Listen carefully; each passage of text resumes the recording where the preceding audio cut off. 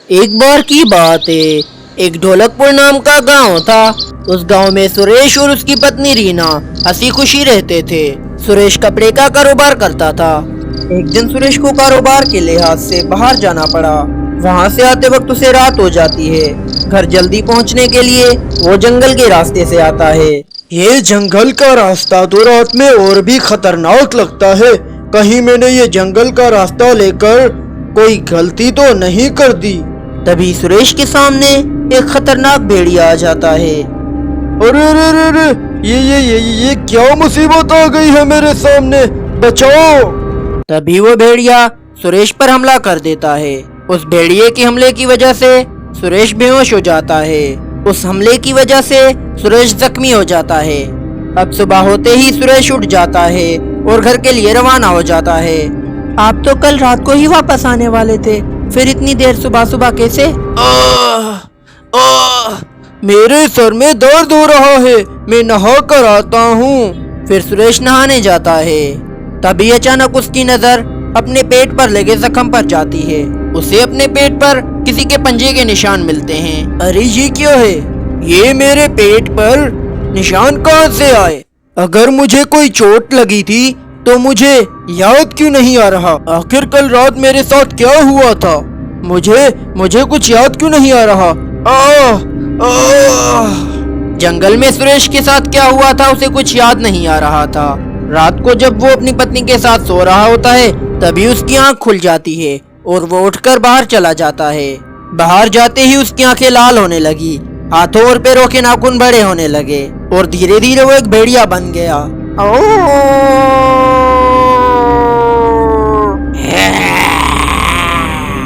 ऐसा लग रहा है कि मैं सालों से भूखा हूँ।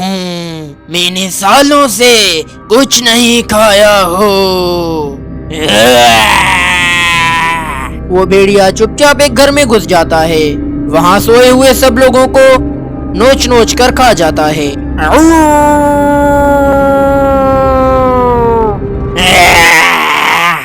पेट भर जाने के बाद वो भेड़िया अपने असली रूप में आ जाता है और अपने घर आकर अपनी पत्नी के साथ चुपचाप सो जाता है। अब सुबह होते ही सुरेश को शोर सुनाई देता है। रीना, ये शोर किसका है? ये हमारे पड़ोसी ही है ना? वहाँ कुछ हुआ है क्या? अजी गांव वाले बोल रहे हैं चंदू के परिवार को किसी ने मार डाला है। गांव वाले ये भी बातें कर रहे थे कि उसके परिवार को किसी जानवर ने नोच खाया है। सुरेश ये बातें सुनकर अजीब सा महसूस करने लगता है, जिसकी वजह से वो सुनसान और खुली जगह में चला जाता है। वहाँ पहुँचते ही सुरेश फिर से भेड़िया में बदलने लगा। ये मुझे क्या हो रहा है? मेरे शरीर पर इतने बाल, आखिर मेरे साथ ये क्या हो रहा है? कुछ ही देर में सुरेश पूरा भेड़िया बन जाता है। सुरेश जब खुद को नदी में देखता है तो वो पूरी तरीके से एक भेड़िया बन चुका था। तभी उसे सब याद आ जाता है कि कल रात उसके साथ क्या हुआ था। ये कौन है इस पानी में? ये मैं हूँ। मुझे सब याद आ गया। उस भेड़िए ने मेरे साथ क्या किया। अब मैं क्या करूँ? मुझे उस रास्ते से आना ही नहीं चाहिए था। अब मेरा क्या होगा? अब वो फिर अपने असली रूप में आकर अपने घर पहुंच जाता है। एक दिन रीना रसोई घर में काम कर रही होती है। उसी समय ही सुरेश को महसूस होता है कि वो भेड़िया बनने वाला है। रीना, बचाओ! उसकी ये आवाज सुनकर रीना दौड़कर बाहर आती है। अजी आपको क्या हुआ है? सुरेश पसीना पसीना हुआ पड़ा था। रीना, जल्दी से मुझे किसी चीज से कसकर बांध दो। ये आप क्या कह रहे हैं? भला मैं आपको क्यों बांधूं? जैसा मैं कहता हूँ वैसा ही करो, जल्दी। वो एक रस्सी पड़ी है उधर, जाओ वो लेकर आओ और मुझे बांध दो। रीना को कुछ समझ नहीं आता कि सुरेश ऐसा क्यों बोल रहा है। रीना सुरेश को बांध देती है। तभी सुरेश जोरों से चीखने लगता है और धीरे धीरे भेड़िया बनने लगता है। ये आपको क्या हो रहा है? तुम मुझसे दूर हो जाओ। मैं ये नहीं चाहता कि तुम्हें कुछ हो जाए। सुरेश पूरा भेड़िया बन चुका था। सुरेश के साथ उस दिन क्या हुआ वो अपनी पत्नी को सारा कुछ बता देता है और रस्सी तोड़कर भाग जाता है गांव में। अजी, ये आपको क्या हो गया? आप भेड़िया बन गए। इसका मतलब आप वही है जो सबको मार रहा है गांव में।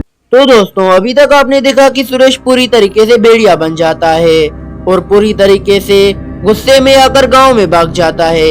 उसकी वजह से उसकी पत्नी रीना बहुत परेशान होती है। अब आगे वहीं सुरेश गांव में पहुंचकर पूरी तरीके से तोड़फोड़ मचाने लगता है।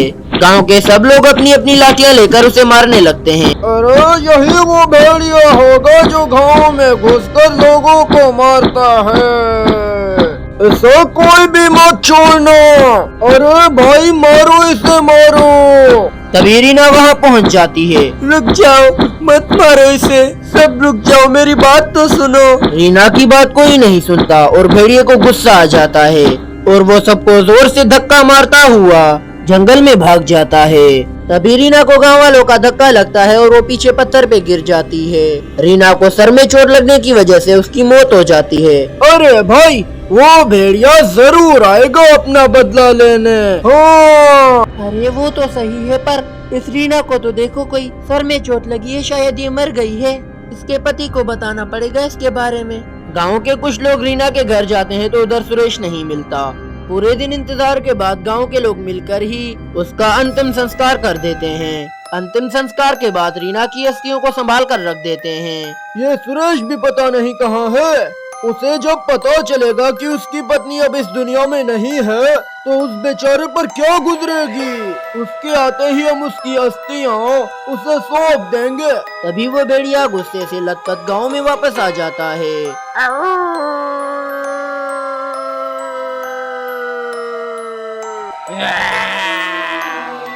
अब मैं किसी को भी नहीं छोड़ूंगा। जैसे ही वो भेड़िया हीरा पर हमला करने वाला होता है तो वो चुड़ैल उसके सामने आ जाती है। अब बहुत हुआ, मैं तुम्हें किसी को नहीं मारने दूंगी। तू मुझे रोकेगी, एक चुड़ैल मुझे रोकेगी। तू मेरा कुछ नहीं बिगाड़ सकती। तभी भेड़िया और चुड़ैल आपस में भिड़ जाते हैं। ये चुड़ैल ही अब हमें बचाएगी। देखो देखो भाइयों, देखो, वो चुड़ैल हमारे लिए उस भेड़िए से लड़ रही है। दोनों आपस में भिड़े हुए थे। लड़ते लड़ते भेड़िया घायल हो जाता है और जंगल में भाग जाता है। वो चुड़ैल भी उसके पीछे पीछे चली जाती है। वो चुड़ैल हमारे लिए लड़ रही है भाइयों, हमें भी उसकी मदद करने पीछे पीछे जाना चाहिए। गांव के लोग भी जंगल चले जाते हैं। बहुत दर्द हो रहा है, मैं कब अपने असली रूप में आऊंगा? मुझे जल्दी यहाँ से निकलना होगा, वरना वो चुड़ैल यहाँ भी आ जाएगी। तभी वो चुड़ैल उसके सामने आकर खड़ी हो जाती है। बंद करो ये सब, मत करो ये खून खराबा, तुम चली जाओ यहाँ से, वरना नहीं तो तू भी उन सब की तरह मेरे हाथों से मारी जाएगी। चली जा। पेड़ के पीछे छुपकर कुछ गांव वाले उनको लड़ता देख रहे थे। बस दुआ करो कि वो भेड़िया चुड़ैल के हाथों मारा जाए। वो लड़ रहे थे, अचानक भेड़िए की नजर चुड़ैल की साड़ी पर जाती है। ये साड़ी तुम्हारे पास? मैं वही तो तुम्हें समझाना चाह रही हूँ, मैं कोई और नहीं, तुम्हारी पत्नी हूँ। चुड़ैल उसको सब बताती है कि उसकी मौत कैसे हुई और मौत के बाद वो चुड़ैल बन गई।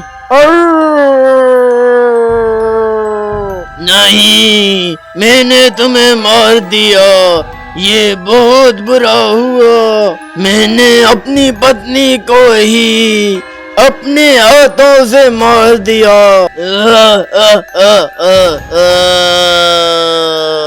इसमें तुम्हारी कोई गलती नहीं है, ये तुम नहीं कर रहे हो, ये तुमसे भेड़िया करा रहा है। तभी वो अपने असली रूप में आ जाता है। भेड़िए को सुरेश के रूप में देखकर गांव वाले हैरान हो जाते हैं और पेड़ के पीछे से बाहर आ जाते हैं। तभी वो भेड़िया भी आ जाता है जिसने सुरेश को काटा था। ये वही भेड़िया है जिसने मुझे काटा था और मैं भेड़िया बन गया था। हाँ, ये वही है, मैं इसे मार डालूंगा, मैं इसे नहीं छोड़ूंगा। अब तुम एक साधारण आदमी हो, उसका सामना नहीं कर पाओगे, वो भेड़िया अब हमें मार डालेगा। तभी वो भेड़िया उन सब पर हमला करने वाला होता है कि वो चुड़ैल उसको एक नुकीली चीज मार देती है। जिसकी वजह से उसकी मौत हो जाती है। उसके बाद सुरेश हमेशा हमेशा के लिए भेड़िए से आज़ाद हो जाता है।